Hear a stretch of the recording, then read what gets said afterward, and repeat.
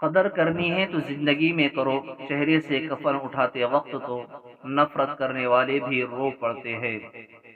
جسمانی امراض پرہیز سے جاتی ہے اور روحانی امراض پرہیزگاری سے۔ ملازم سے راز کہنا اسے ملازم سے مالک بنا لینا ہے۔ جو ناقابل برداشت ہو اسے برداشت کرنا حقیقی برداشت ہے۔ گہری باتیں سمجھنے کے لیے گہرا ہونا پڑتا ہے، اور گہرا ہونے کے لیے گہری چوٹیں کھانی پڑتی ہے۔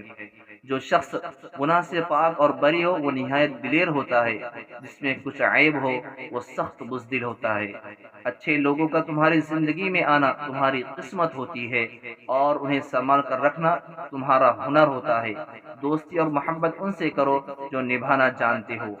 وہ بات جو دشمن سے پوشیدہ رکھے دوست سے بھی پوشیدہ رکھنا ممکن ہے، یہ بھی کسی روز دشمن بن جائے۔ اگر تم ہنستے ہو تو تمام دنیا تمہارے ساتھ ہنسیں گی، لیکن اگر تم روتے ہو تو اکیلے ہی روؤ گے۔ جو شخص لوگوں سے بکثرت ملتا ہے وہ ان کی نظروں میں حقیر ہو جاتا ہے۔ ایک دکاندار سے پوچھا گیا کس طرح اس چھوٹی اور بند گلی میں اپنی روزی روٹی کما لیتے ہو؟ دکاندار نے جواب دیا، میں جس سوراخ میں بھی چھپ جاؤں موت کا فرشتہ مجھے ڈھونڈ نکالے گا، تو یہ کس طرح ممکن ہے کہ رزق والا فرشتہ مجھے نہ ڈھونڈ سکے؟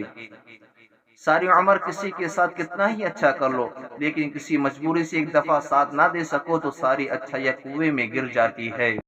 اور اس طریقے کی ویڈیوز دیکھنے کے لیے ہمارے یوٹیوب حسین اسلامک چینل کو سبسکرائب کرنا ہرگز نہ بھولے، اور شیئر ضرور کریں۔ السلام علیکم ورحمۃ اللہ وبرکاتہ۔